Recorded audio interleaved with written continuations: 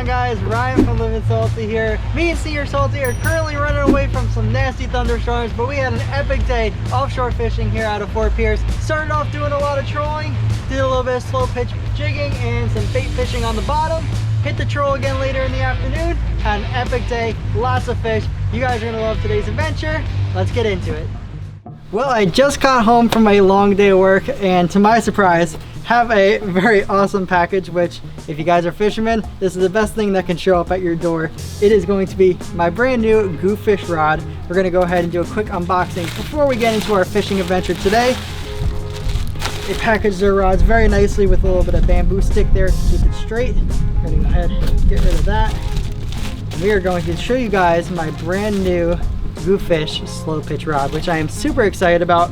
If you guys have watched my recent slow pitch videos where we caught the gag grouper, the cobia, although we were showing off the new Gomexus LS20 there that we got in those videos, we happen to be using the GooFish rods that we have, and we love them. They're great rods, and GooFish happened to see those videos and they love the channel here and wanted to send us out one of their new 2024 jigging rods. So we're gonna go ahead here while I'm opening this up. Tell you guys this is going to be a 7-foot rod. It's going to be a 2-piece rod, and it is going to have a max rating of 1,000 grams for the jig, which when they were offering up the rod and they gave me a couple of choices, I went for this one because we already have 2 rods that are 300 gram max rating, and you know, we could use some 300 gram jigs, not too often, but you know, it would be nice to have a beefier slow pitch rod. So I went ahead and chose this one. It is called the Monster Deep here. You can see max 1,000 gram jig.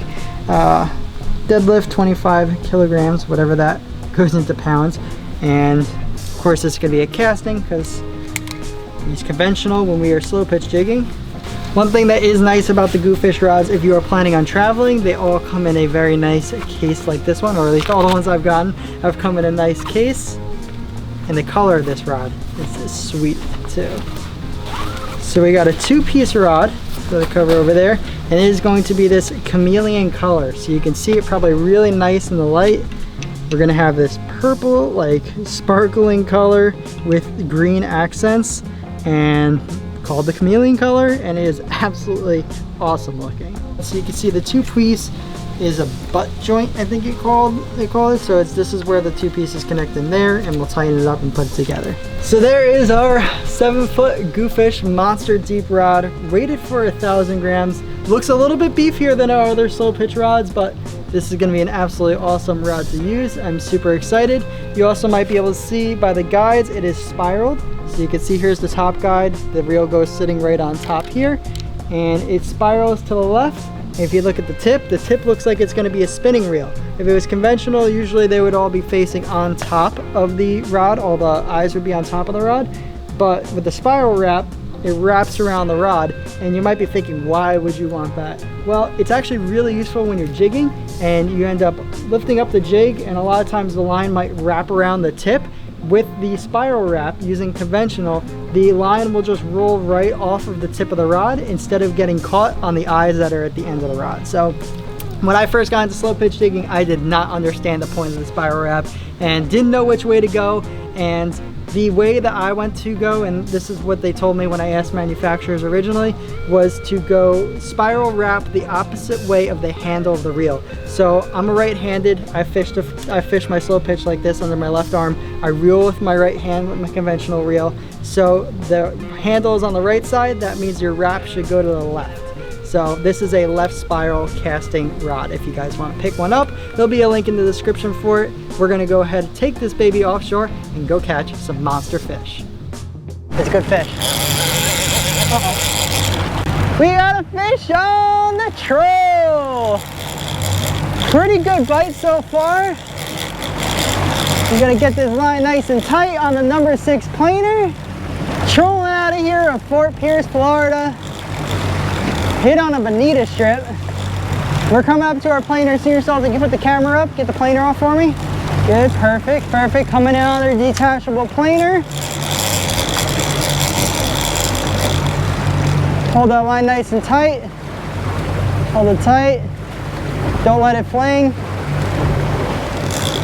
Perfect. Haven't gotten sight of the fish yet.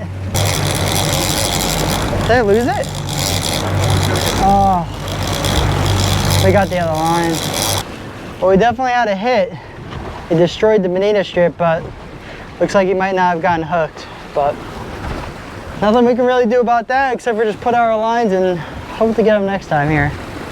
We got another fish on the troll, number 6 planer again. Right as we were setting back out the other line. I can still feel the fish on. We got our wind on leader coming on in. All right, Senior Salty, get ready here. I have not seen what it is yet. Looks like a kingfish. We're gonna drag him right through the back. Watch the motors. Flipping him. Okay. I think that's a keeper kingfish in the boat right there. That's a keeper king. That's probably what short hit us before. Yep. Why don't you try using those new Gomexis titanium pliers? Oh, sure. Where are they? Gomexis titanium pliers. Oh, came out. Good job, Gomexis. There we go. Woo! There we go. 27-inch kingfish to the fork, going in the box. Good job. Nice job, Senior Salty. Nice work. Good. Fish in the boat. We got another fish on the troll today. Woo! This one's feeling pretty good too. I'm gonna leave that other planer out there, right? I can't get it in now. Okay. Fish, Senior Salty's gonna take off the planer. We got a party boat that's heading pretty much straight at us, but it should be okay. Nice and slow, perfect. Keeping the line tight. Oh, I can see him out there. Oh, he might be tangled with that line. Yeah, he's on. He's on. I see him. You definitely got it all. So. Okay, so we'll just get him in. We just gotta get him in. Yeah, we'll get him in. Drag him right to the door. Right to the door. There we go. Make sure you keep our other line. Okay, another kingfish in the boat for the Salty fam. Woo! Well, that kingfish made an absolute mess for us. Cut off our bridle that we had on our one planer. But we got everything back. But we're gonna have to fix some stuff. We'll see you guys in a little bit. Kingfish number 2 in the boat here. We just gutted him and bled him out, all ready to go. We'll take him up to the cooler. Take a look, nothing huge, but 2 nice king, perfect eater size for dinner for the whole Salty fam here. But unfortunately, that kingfish did destroy one of our planer setups, so we're gonna have to go home and re-rig that one up. That means it is time for some slow pitch jigging, and today we are gonna be using that brand new GooFish rod that you guys saw, that max power jig, whatever it was called, chameleon 1,000-gram jig rod. We're gonna be putting that one to the test today. Let's head on out to the slow pitch grounds. Hooked up on the first fish on this GooFish monster deep here, and I can tell you it's not a monster that we're hooked up into, but it is very nice to pull this fish in as we're cranking him on in, and it looks like it's probably gonna be one of our little grunt friends, which is okay because, oh yeah, it's one of our little grunt friends. We need him for bait though. We didn't hook him over the top this time. We hooked him towards his anal fin, which that's actually really gotta hurt. Oh, we kind of hooked him like right in the guts. All right, poor grunt, but he's going back down for bait. But we finally got the skunk off the boat for the slow pitch here today. Think he rocked me? Huh? Think he rocked me? Well, hang on. I'm gonna leave the motors on. Hang on. I don't think I'm in bottom. I think I got a shark now. Okay, yeah, I'm not in bottom, but I think I got sharked. Yeah, I definitely got sharked. Yep, not bottom, just immovable object. We got a shark on! We had a decent fish, but I didn't know there were sharks around and we didn't get them off the bottom quick enough, so. Yep, most definitely a shark. But we'll see if we can get him boat side, I guess. Oh, broke me off, okay, we're done. Well, I'm off. Oh my God, look at the size of that hammerhead.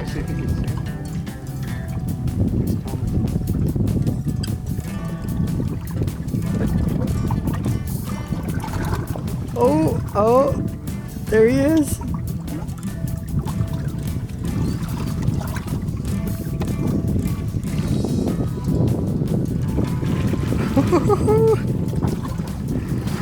Oh my God. Tell me you got that one. I did. Massive hammerhead. He's big. He's got to be at least 8 feet. You got to give him a run. Not one with the treble hook on it though. Oh shit. A treble hook and wire. Faster, faster.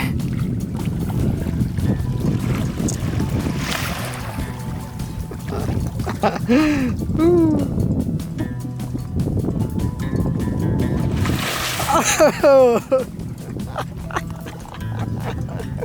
Woo. Well, just seconds, literally seconds to having our trolling lines out. We just got hooked up again on a fish on troll after getting skunked bottom fishing. We didn't catch nothing worth talking about bottom fishing, and we played with the shark for a little while. Our number 6 planer was still intact after that whole fiasco with the kingfish, so we decided before ending it for the day, we would go ahead and do a little bit more trolling since it worked this morning. And here we go, another fish on. Have not gotten in sight though to see what it is yet, but doesn't seem huge. The kingfish are around today, I can tell you that much. I don't think this one's a keeper. He looks a little smaller. Same size. Same size? Dang, look at that. The kingfish are out here. Why couldn't we be doing a kingfish tournament right now or something? Yeah, right? All right, this kingfish is going back. Senior Salty doesn't want any small kingfish, so put her lines back out. While we're trolling along here looking for the next bite, I want to give a quick shout out to GooFish. You guys saw the video with the LS20 revealing that reel. They were so nice and sent me out some more good stuff. So we got some of their sunglasses here. You might have been seeing Senior Salty wear these throughout. They're more of his style, but I want to give them a try because usually I just wear aviators. But these are really nice sunglasses as well. And they also sent out some titanium pliers. They're titanium fishing pliers. Really awesome. Should last you a lifetime. I mean, these are really, really cool pliers. So thank you, GooFish, for sending me out all these cool stuff.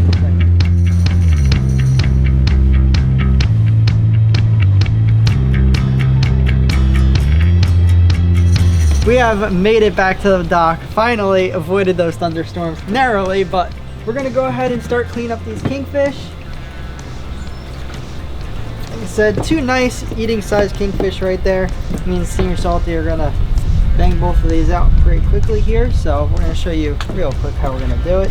Like all fish, we're just gonna make our slice behind the pectoral fin, go up towards the head a little bit, and we're gonna follow along the backbone here.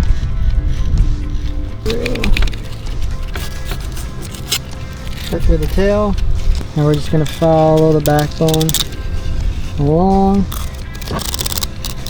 so we get the center of the fish. So since kingfish aren't necessarily the best table fare fish, we made sure we took extra good care of these guys. That way we get the best meat outcome as possible. So these guys are bled, gutted, nice and cold, which is actually making this really easy to fillet. We're just angling our knife down right after we get past that spine. Try to maximize the amount of meat we're gonna get off this fish. And for not filleting a fish for a while, that looks pretty good to me. There we go. There is our beautiful kingfish fillet. You can see it's a little bit grayer than maybe that Kobe and that gag grouper that we just cleaned up recently, but we left absolutely pretty much no meat on that fish. So I'm just gonna go ahead and bang out the other side of this fish while Senior Salty is on the second fish. We'll see you guys in the kitchen.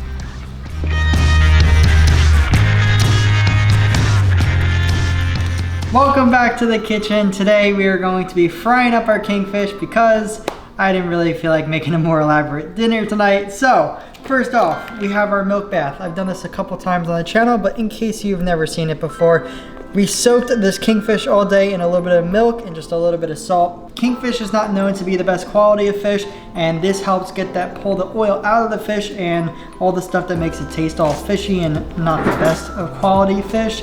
This really helps with it. So we're gonna get our kingfish out of here, rinse off the milk, cut it up into little finger size, and start frying up some fish.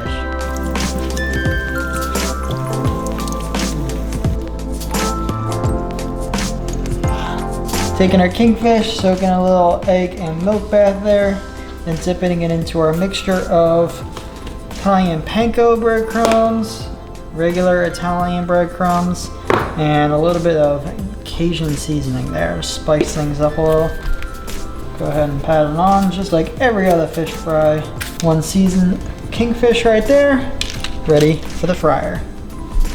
So we got half of our kingfish battered up, ready to go. Looks a lot more delicious now than it did before that delicious Cajun seasoning. We got the oil at approximately 350 degrees, and we're just gonna go ahead and throw it on in there. As long as you start to get that sizzle, you know you're good to go. One thing that is key is that you do not want to have the oil set too high, or else you're just gonna burn that outside coating real quick. You don't want a burnt coating, you want it nice golden brown. So there we go. Kingfish is in the pot, not overcrowded. Give it a couple minutes on each side and we'll be good to go. A couple minutes has passed now. They look nice and golden brown, so it's gonna be time to go ahead and flip it on over, and that is exactly what you want to see right there. Perfect, perfect coloration. Go ahead and give all these guys a flip. Give them another maybe 2.5 minutes on the other side. A couple minutes have passed and our kingfish is all ready to come off there. Absolutely delicious looking. Put it right on a paper towel to absorb all of the oil, or the excess oil there. And we got ourselves a good looking fish fry. We're gonna whip up a quick homemade tartar sauce because homemade's definitely the way to go, and it's super easy. Just a little bit of mayo there. We'll get a little bit of lemon juice. Not measuring anything, just kind of guesstimating. A little bit of Worcestershire sauce. Some Dijon mustard. And finish it off with some relish. Perfect. Go ahead and mix that all together. And you can see that looks like a delicious tartar sauce right there. Cleaning up our simple little fish fry here. Like I said, these look absolutely delicious again. Take a couple nice pieces to start. And no good fish fry is complete without our chips over here. So nice good old fries for our fish and chips. I know it's not the fanciest looking meal we've cooked here on Livin Salty recently, but I'm sure it is gonna be delicious. So we are gonna go ahead, give our kingfish, the star of the show here today, a try. Dip it in that homemade tartar sauce.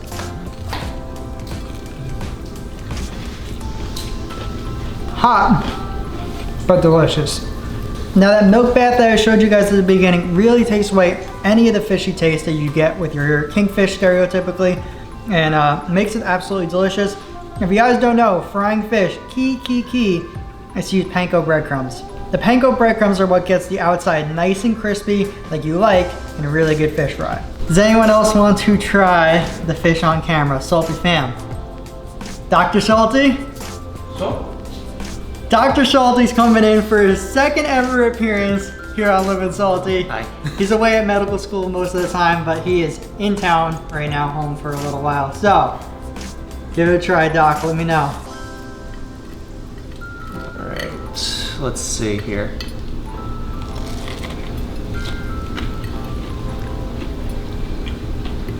Cool. Good? Doesn't have that fishy taste to it, which is nice. He said no fishy taste to it to give you the translation. What do you say? Awesome. But I like it. I like the breading too. You heard it first. Dr. Salty making an appearance here on Livin Salty approves of the kingfish. That's gonna wrap it up here for today's offshore fishing video. I hope you guys enjoyed. If you did, make sure you guys hit the like button. Definitely consider subscribing down below. I'm gonna go ahead and link another offshore fishing video, maybe with a little bit better of a fishing portion of the video, over here on the left side of the screen. Make sure you guys go check that out next. And until my next video, remember to keep living salty.